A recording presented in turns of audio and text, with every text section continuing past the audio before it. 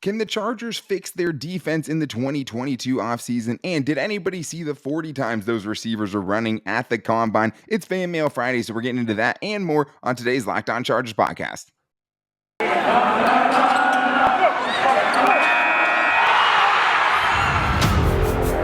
You are Locked On Chargers, your daily podcast on the Los Angeles Chargers, part of the Locked On Podcast Network, your team every day.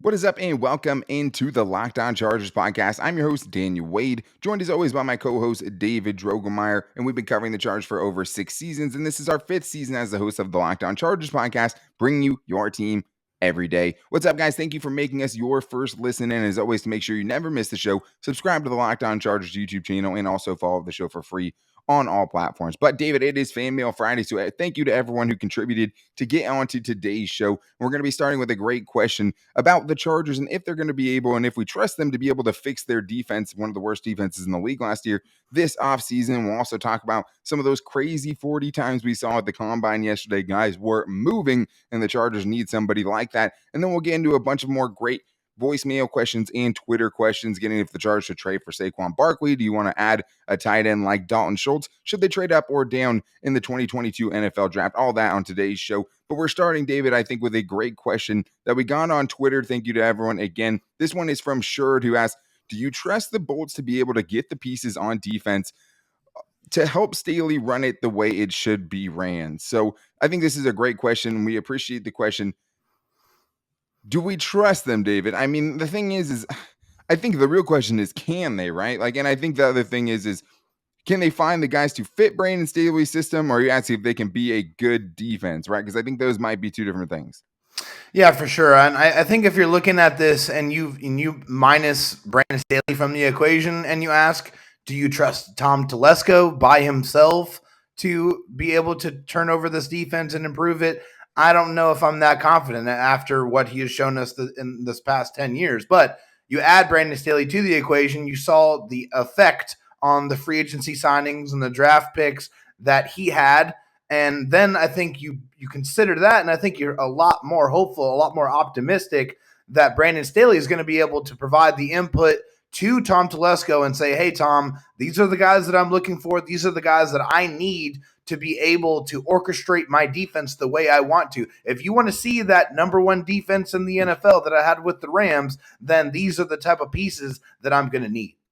Yeah, well, and the thing is, it's hard to throw an Aaron Donald and a Jalen Ramsey into your shopping cart, but we know that the Chargers have the foundational pieces, right? They have the Joey Bosa, they have the Derwin James. That's two very important parts, but you need more out of the rest of the defense. You need more depth on the defense. And I think the hardest thing for me right now is imagining the Chargers being an elite defense in 2022, just because it's coming from so far, right? Like, they have so much of a gap to try and bridge next season, but I do think they can find more players, right? I mean, I think they still can find players that are going to fit Brandon Staley's system better, right? And the thing is with the Rams is, like, he went into that with the team he had for only one season and had the best defense, right? He didn't have to go and pick guys and get to build that over a couple of years. He did it in the first season, and they obviously were more ready than the Chargers were.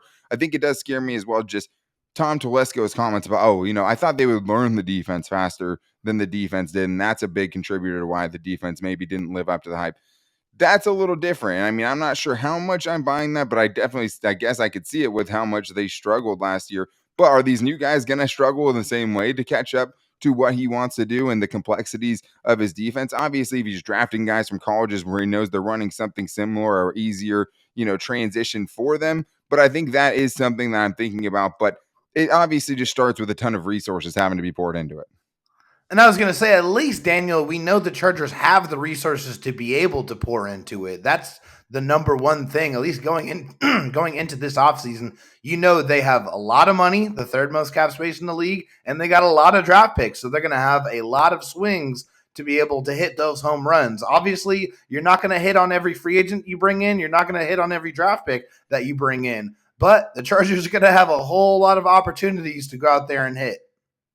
Yeah, absolutely. And I think It starts with also, deciding to let some guys go from that defense to try to bring in new blood because you can't re-sign everybody, right? Everyone's echoed that sentiment. And it's not just going to be the easy decisions like the, Chris Harris Jr.'s or even to a lesser extent Limbaugh Joseph just because of his age, right? It probably means Right. letting a guy like Kazir White go potentially, letting a guy like Uchenna Nwosu go potentially. I mean, those are all realistic options for the Chargers. But what it would mean, though, if you're not signing those guys to multi-year deals, is probably signing other impact defensive players instead, right? So that is the trade-off. But the one thing we did see Brandon Staley do last year with Tom Telesco is let the guys from the previous regime go. Hunter Henry, Rayshon Jenkins, the entire offensive line, right? And bring in more guys that fit what he wanted to do better, mostly on the offensive side. Now we're going to see how he can do that on the defensive side, trying to retool that unit and get them where it needs to be. And it's a long ways away. So I think that is a great question. I think the Chargers can get a respectable defense, right? Top 15 defense, I think, is definitely something. And that would be a marked improvement too, Daniel. I mean, you got a top 15 defense with presumably a top 5 offense again. I mean, that would be humongous if you just don't have to put everything on Justin Herbert's shoulders and you can rely on the defense to get you a couple more stops, a couple more interceptions, a couple more turnovers to get more opportunities for Justin Herbert. Like, that's all going to benefit this whole franchise. Yeah, and that's what it's all about, getting more pressure, creating more turnovers, creating more offensive possessions for your high-powered offense. And I think that's the other part of this too, is adding on to the offense like we heard Tom Telesco talking about and Brandon Staley talk about, and one of our longtime listeners, Curtis Loki, has a voicemail just about that. Appreciate you, Curtis, and your support for many years. We appreciate you. Let's hear what Curtis has for us. Curtis Loki.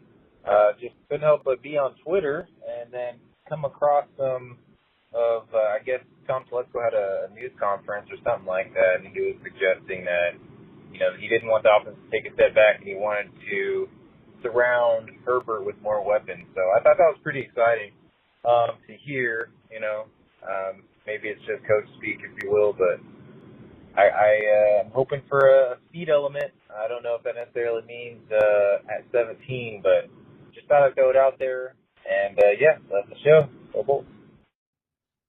Yeah, David, and I mean, when you hear something like that, it makes you think of all the crazy 40 times that we saw. I mean, the official ones are still crazy, even though they're nowhere near as crazy as the unofficial ones. I was telling people yesterday that Bet Online 422. I mean, I don't think anybody's breaking that. And for a second, it looked like somebody was going to. I thought I gave a ton of bad advice on the last show, and it could still be done, right? But it does make me think of the great days guys had, right? A ton of 4.3s and below out there. I mean, guys in high 4.2s, low 4.3s. I mean, that's a ton of speed, David, in this draft class, whether it's at 17 or even if they want to wait and take somebody else. Yeah, that's exactly what I was going to say is, I mean, if you're looking at this list, and I got some of these names on here, Taquan Thornton, 4.28, Velus Jones, 4.31, Calvin Austin, 4.32.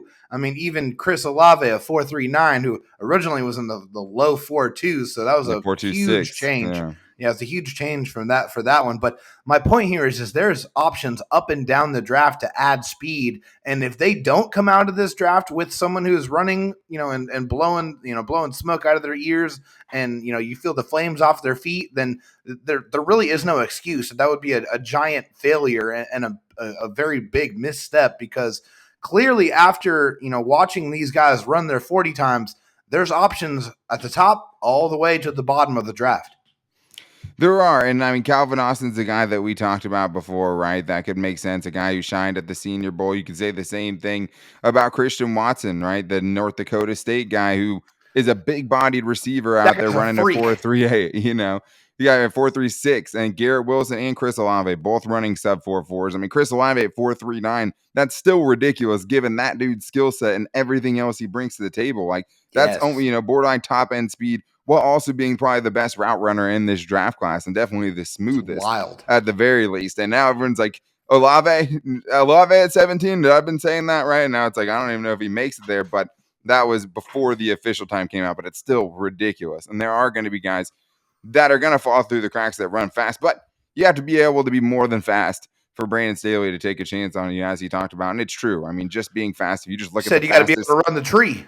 Right. If you look at just the fastest 40 times ever, there's not a lot of very good wide receivers on that list. So it takes definitely more than that. But we do have more to get into in Fan Mail Friday, and we'll keep it moving. Next, we'll be talking about if Mike Williams should be the Chargers' number one priority in free agency, and if the Chargers should move up or down in the draft upcoming, because, I mean, there's a lot of options for them. Maybe a team wants to leapfrog another team, and the Chargers could trade back potentially. But the one thing I do have to tell you guys, though, is BetOnline.net is the official betting sponsor of the Locked On Chargers podcast. And great thing that you guys didn't listen to my advice about the 40, but there's still some corners to run. It's still not safe yet. But that's one of the great things about BetOnline is just all the great props and things that they have on their website right now with the 40 times, seeing if anyone's going to beat the bench press record, seeing what time, Rich Eisen's 40 time is going to be. I love prop bets. I love the Super Bowl. I love all that kind of stuff. And BetOnline.net is the number one place to go. And they have a ton of tournaments and competitions there where you guys can enter and win big as well. But it's not just football. It's not just basketball, but basketball has March Madness coming up. So I shouldn't have to tell you much more than that, though.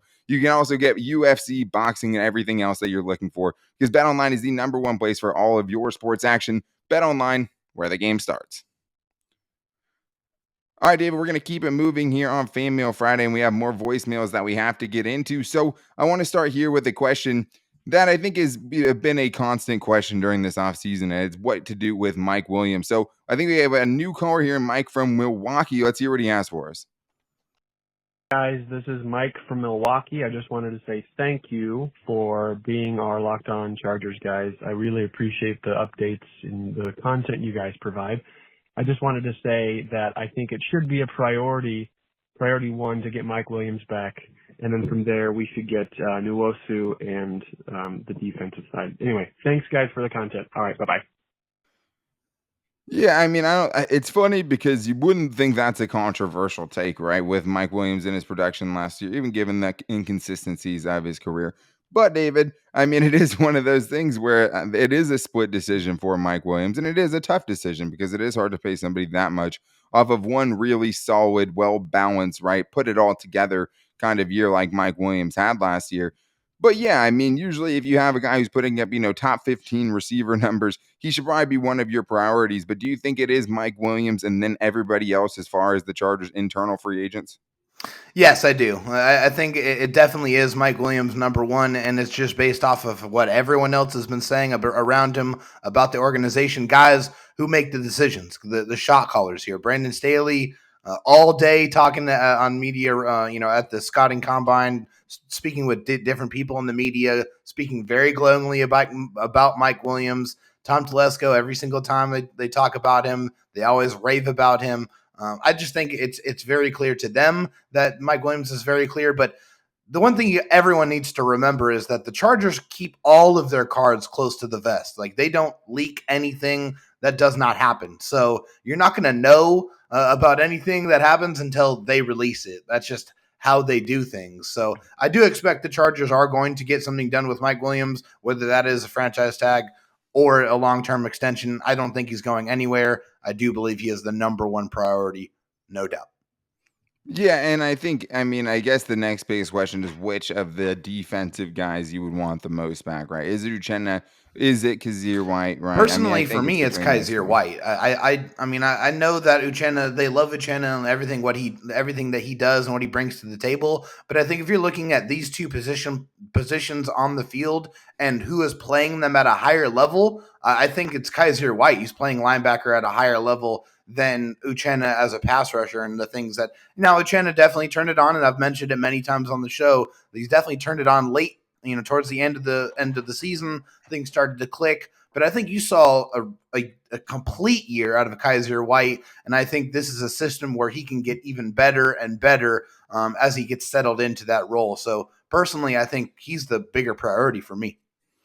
Yeah, and I think, honestly, out of the two of them, I think Kazir White's the one that's most likely to leave. And I think that just goes back to, how you value linebackers and the contracts you're going to give out at that position as opposed to giving a contract out as an edge player, right? And thinking you could potentially get a cheap linebacker to fill in and be an average player, something along those lines, just the way that they value it. Because this isn't Brandon Staley, and his coaching staff that ended up taking, trading up for Kenneth Murray. So, I don't think, and he showed when he was in Los Angeles with the Rams that I don't know how much they value linebackers like that. And at the end of the season, when you're putting Kenneth Murray on the field, it doesn't really seem like you value Kazir White, and he definitely hasn't gotten the praise that some of those other guys have had. But we do have another question here about the draft and what the Chargers should do with the 17th pick. Let's see what Sam has for us this week. Sam from Northwest Florida. Got a question for you. I was reading an article the other day that was speaking to how many actual first-round graded players were in this year's draft, and their number was anywhere between 9 and 11. So that being said, does that change your calculus if you're Tom Telesco and trading down or potentially trading the pick away to either move up or take a shot at a high-profile free agent? So look forward to your comment. Thanks. Well, I think that's a great question, right? I mean, I think that, I don't know if the draft class will push the Chargers to be more aggressive in free agency or not. I mean, I think you should be more aggressive just so you have less dire needs once you get to the draft to give you more flexibility to make sure that you're not reaching. But getting to the other part of it, would you go up or down, David, if you were to trade for the Chargers in the first round? I mean, there's just so much that needs to be figured out beforehand as far as free agency to determine what exactly they need to address in the draft. Answer. Yeah, but I mean, it's the right answer. I mean, because we just don't. I'll tell you the right It answer. is. I mean, okay, yeah, please do that. But for me personally, I just don't know if you can just sit here right now in March and say I am definitely going to trade back or I am going to trade up, because who's to tell you who's going to be there? I mean, who knows? The draft every single year, there are players that get taken way earlier than you think and then way later than you think. So, just because there are 9 to 11 graded players out there, that doesn't mean that that's exactly what the Chargers board looks like or any other board in the NFL for any other team. So I don't know if we can really put a quantity on whether you want to trade up or trade back at this point. I mean, for me, it's trading back because I just don't think there's going to be the top tier talent that's there. I mean, obviously, there's always a chance that somebody falls to you, but I think if you're not finding the edge rusher that you want because 5 go before you, if all the big time tackles are off the board and you're picking from the second tier of tackles, if the big cornerbacks that you want are off the board and you're picking from the second tier of cornerbacks, right? Or the third tier of cornerbacks potentially, that's a trade back scenario. And you could have someone, but there's not a lot of trade partners. That's the big thing about trading back. You have to find someone who's willing to dance. And that's what the Chargers would need. And there's really only one team that makes sense. And that would be the Steelers trying to move up ahead of the Saints to take a quarterback. But this is a terrible quarterback class. So I was going to say, there's not a lot of quarterbacks that are going to go. I mean, somebody could trade up for something else, right? It doesn't have to be a quarterback, but those are the ones that are most likely. Those are the ones that people are usually moving in the first round to go and get. And with a draft class like this, I don't know if there are the guys there that you want to jump to try to go and get. Because the Chargers could try to leapfrog the Eagles, right? If somebody like Sauce, falls down and is about to get to the Eagles and they think the Eagles have similar needs to them, maybe they try to leapfrog him. But I think it's much more likely the Chargers trade back, even though they've never done it in the first round. So we do have another voicemail I want to get into here in this segment, though. It's from Eddie asking about a specific free agent, a tight end who could help the Chargers offense out. Let's hear what Eddie has for us this week. This is Eddie, East Coast Bolts fan. I was curious your guys' thoughts on Dalton Schultz from the Cowboys, what you think he would cost, chances of him landing here. Don't think the Cowboys can keep everybody with their cap salary situation. Just a thought. Thanks. So, David, I mean, Dalton Schultz put together a hell of a season last year, right? A very, very productive tight end. But according to Pro Football Focus, he's projected to get a 4-year, $13 million on average per season deal, which would be $52 million over 4 seasons, which is a lot. And the Chargers didn't pay Hunter Henry that. He just put together a season that Hunter Henry never had. He put together a better season than Hunter Henry ever had. But it's hard for me to imagine the Chargers shelling out that much for a tight end. Yeah, I mean, the last tight end that they brought into the fold signed a $4.5 million contract, and of course, that's Jared Cook. So I don't know. Just looking at all of the other holes that the Chargers that they obviously have on the defensive side and just all over their football team, I don't think you can divert that amount of resources to the tight end position when there are clearly more important needs that need to be addressed beforehand. And there's a lot of tight ends in this class that you can get and feel pretty comfortable that you're going to get the type of production that the Chargers need out of that tight end group. I think they have a couple of players already in that group that you like. with Donald Parham, Steven Anderson does some good things. Trey McKitty's a up and coming good young player, does what you ask him to do. I think there's already some elements in that room. I think the best way to go as far as just cost effectiveness is to just grab an option out of the draft. If they're going to pay, double-digit millions for someone, I want them to spend that on the defensive side of the ball. Yeah. I mean, for me specifically, especially if you're going to bring back Mike Williams, because there's only so much space, but there's only so much time. We have more voicemails and Twitter questions that we want to get into, or at least Fan Mail Friday questions we want to get into, including, should the Chargers trade for Saquon Barkley, right? Something that has been floating around there in Chargers social media. And also, what will the running back room look like when the Chargers put together this 2022 roster? Maybe the most important question, pancakes or waffles, but mostly running backs. But I need to tell you guys about the snack that keeps me running back. And of course, I'm talking about Built Bars, my favorite protein bars. And when you're talking about something that you want to eat every day, you need something that tastes great and you need great flavors. You need the variety. And that's what I love about Built Bar. You're getting something that feels like you're cheating on your diet, while also getting something that's great for you as well. It has to taste great, but you're also getting, 17 grams per bar of protein on average, right? You're getting less than 4 grams of sugar,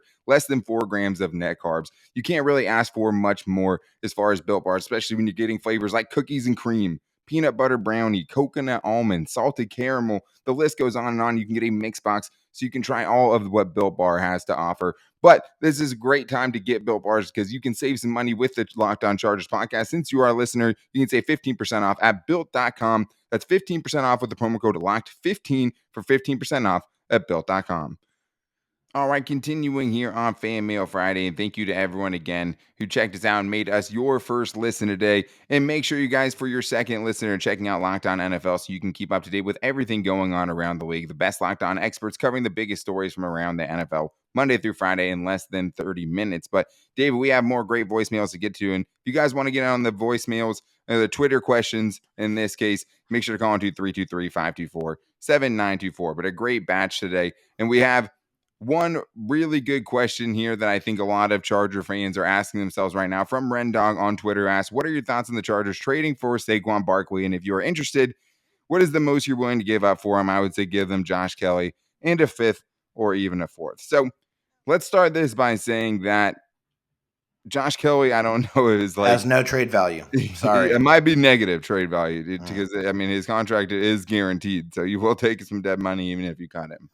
But I think it's tough because, you want to give some time to develop, but at a certain time, I'm not saying this is him, but there are going to be guys that just don't have it, right? And it just doesn't work out at the next level, and you have to be willing to make those big decisions as well. As far as trading for Saquon, he's on the 5th-year option right now. It's $7 million deal. You could try to trade for him. I am staying 100% away. Yeah, I mean, as far as what it takes, there's a good tweet from Dan Dugan from The Athletic who said, surveying sources in Indy, the consensus trade value for James Bradbury is a 3rd-round pick, and Saquon Barkley is a 4th-round pick. So a 4th-round pick, $7.2 million on that 5th-year option. Had a couple of really good seasons to start his career, but then the injuries started to come. And these were big injuries, big significant injuries. And the biggest red flag for me is that last year when we were watching him, it just didn't seem like he had that same burst acceleration that made him such a special player the first couple of years that he was in the league. And I don't know. I'm not convinced that he's going to be able to get that same juice back. For that reason and for just the overall cost of the contract, it's a no for me. Dave's playing Shark Tank over here with the Chargers free agents and trade partners. But, yeah, I mean, I don't – obviously, in a vacuum, like Saquon Barkley at his peak is well worth a 4th-round pick, right? But in this case, it's a 1-year deal. Are you going to extend him after that? I doubt it when you have Austin Eckler already on a multi-year extension. And I don't know if the Chargers are trying to pay running backs like that, even though they were willing to pay at one point Melvin Gordon, but Austin Eckler eventually, right? So I don't think it would happen. I understand why people would be intrigued by, him getting back to that guy, but that's 3 years ago at this point. So I don't want to be the team that bets on him and potentially, loses for $7 million in cap space just for this season. Yeah. But we have more questions, especially, ones revolving around running backs. We have Donald Rickert on Twitter as well, who asks, who ends up being in the running back room for the Chargers next season? And rookie is an adequate answer if y'all think they're going to draft one. So if they do draft one, David, it would be 3 seasons in a row or 2 seasons in a row that they drafted a running back, with Josh Kelly in the 4th after they traded up for Kenneth Murray, and then last year Larry Roundtree in the 6th round. So are they? I mean, are they going to draft another running back? Because I don't know if they're going to go spending free agency on a running back. I mean, I think if you're spending free agency dollars, unless it's literally dirt cheap, like I just can't imagine them bringing in a multi-year contract running back with all the other needs and the impact players they could potentially add at right tackle, or even if it's a tight end or anything before you get down to that need on your list. But I do think it is Austin Eckler. Justin Jackson's the tough one. I think it is Austin Eckler. I think it's Larry Roundtree. I think it's Josh Kelly. But I think it will be a rookie. I think there's going to be another rookie. Maybe it's Austin Eckler or Justin Jackson, a rookie, and then Larry Roundtree and Josh Kelly are battling it out. Yeah, I think that's what's going to happen too. I just, and I think the sweet or spot, an undrafted free agent potentially too. For sure. I think the sweet spot for that is that those several 6th, 7th round picks that they have. Why not add another throw the dartboard there? Some good running backs in this draft to try to find that partner that is going to really fit with Austin Eckler. And I think you definitely want to look at a bigger profile running back to try to pair with him. And hey, you have that many draft picks. Why not give it a shot and try it again? The cost value differential from signing a free agent versus just drafting another running back is obviously in the favor of just taking another stab at a draft pick. Yeah, and I mean, it does make you a little bit nervous because like the Chargers have had better, time not drafting running backs. And like, I mean, Danny Woodhead's one of their best running backs, obviously, and that was a free agent signing. So like at least some success signing free agents. But then there's also a Donald Brown to even things out, who was terrible. Even like Ronnie Brown wasn't great for them. So I mean, it's tough. I do think there are some good backs in this draft, and I wouldn't mind the Chargers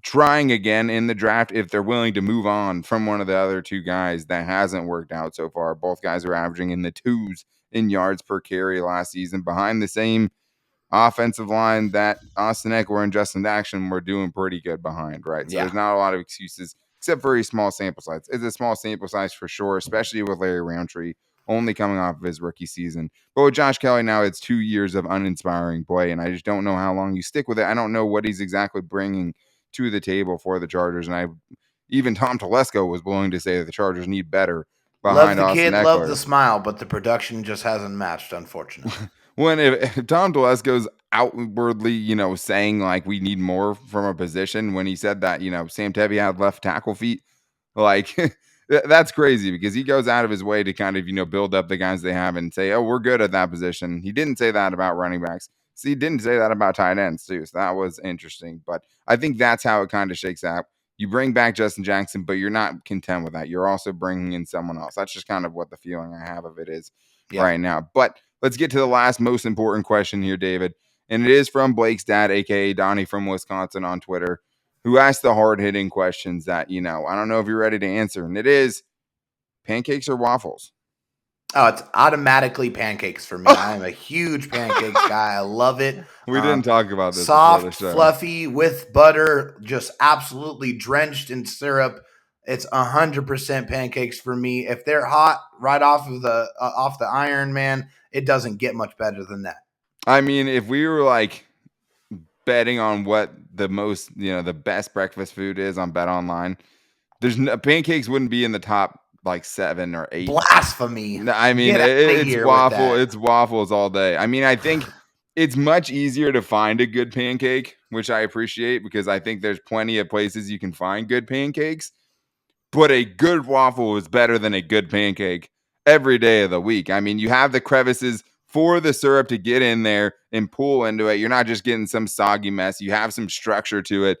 Waffle, way higher draft pick than a pancake. Dan is an old soul, and this is just another example as to why. Yes. It's an old person thing? No. I mean, terrible. I mean, hit us up on Twitter at LockedOnLIC if you have a strong opinion on this. Pancakes or waffles? We're putting a poll out there. We're going to get to the bottom of this one way or another. I'm a little bit flabbergasted right now because me and David did not talk about this before the show. So, like, I just totally assumed it was an easy answer and that we were both going to go with waffles, and he just came out of left field with pancakes. So, Pancakes are fine. Pancakes are awesome. I mean, the thing is also, I don't eat a lot of breakfast. Like if I'm eating breakfast, which I Same. normally don't, I'm going breakfast burritos. I live in San Diego. I'm going breakfast burritos every time. But Oh yeah, if I was in San Diego, it's the course. same exact thing for sure. And But breakfast love burritos it. aren't in this conversation. But they're It's not. not It's waffle or pancakes. pancake or breakfast burrito, But unfortunately. I mean, 'cause there's then so it'd much be you can easy. do too. Chocolate chip, blueberry, banana nut. I mean, pecan. You name it. Sure. There's so many different amazing Versatile. things you can It's do versatile. with pancakes. Yeah, I mean, I'll give it versatility, but give me the dominant traits over versatility. Give me being really good at one thing, which is you don't need the, funfetti cake frosting all over it. You don't need pecans. You don't need any of that stuff. You just need good syrup, butter, great waffle. You're in business. That's my argument. That's the hill I'm willing to die on, even though I'm not a big breakfast guy. But great question from Donnie. I didn't know this would be splitting up podcast friends when you asked that question. But I love the question, and I love you guys for coming in and contributing and helping out the show and Thank making you. the show yours in your own way. And I'm sorry for everyone we couldn't get to. Some had some late responses, but hey, great job on the voicemails, getting them down close to 30 seconds. If you guys want to get in on that action, it's 323-524-7924 for the Locked On Chargers voicemail line. And you can also follow me on Twitter at Dan Talk Sports and David Drogemeyer on Twitter at DroTalkSD. But we got Mock Draft Monday coming up again, David, looking at some more second round pick options for the Chargers. The draft stuff will be heating up, but we got free agency right around the corner. Unofficial free agency March 14th. Real-time content for all of the real-time Let's go, fans baby. out there, and we appreciate you guys sticking with us through the offseason every single day on our Locked On Chargers YouTube channel. So make sure to subscribe there every day for free on all platforms wherever you get your podcast from. Spotify, Apple Podcasts, or wherever. And make sure you guys are checking out the Locked On NFL Draft Show as well. If you want to get updated with all these draft picks, check out, a show that has Ryan Tracy from Locked On Chiefs. They all can get, also have Eric Crocker, a former NFL player as well. A lot of great shows on the Locked On Podcast Network. But thank you guys for listening to ours and making us your first listen. We'll be back with you guys on Mock Draft Monday. Until then, take it easy and go Bolts.